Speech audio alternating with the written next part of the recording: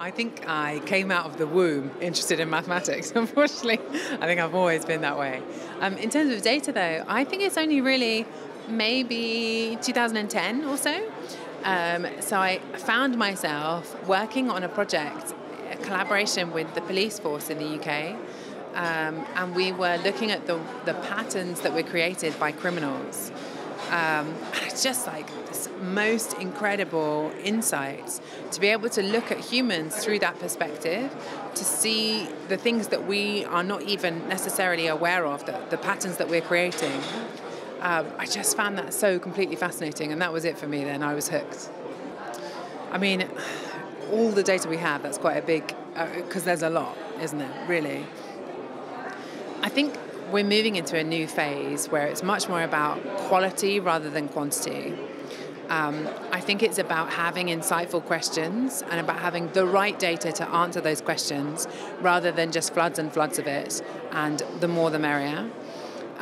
So I think the things to pay attention to, it's those unusual patterns, it's those things that you wouldn't expect to see.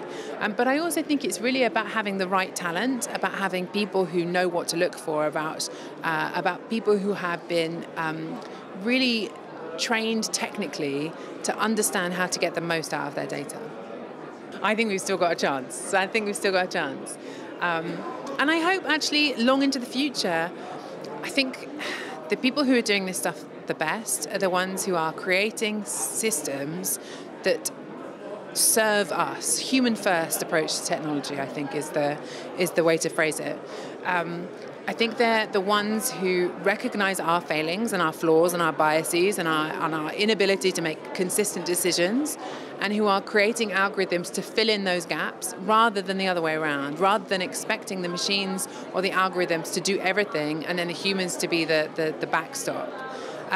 So I think that's the type of future that I'm hoping for, one where really humans are very much front and center, and we create systems that support us and create a partnership with us rather than replace us. I think it depends how long into the future you're describing.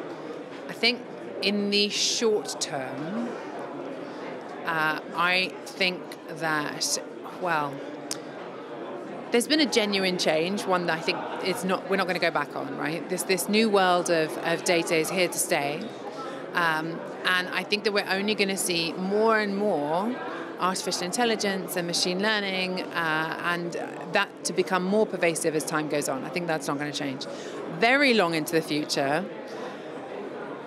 well, I mean, there's a proper debate about this, right? About long into the future, about the power and potential of AI, about whether there is something special about human cognition that cannot be replicated by a machine. And I'm a bit up in the air about that one. I'm not so sure. And I'm a mathematician.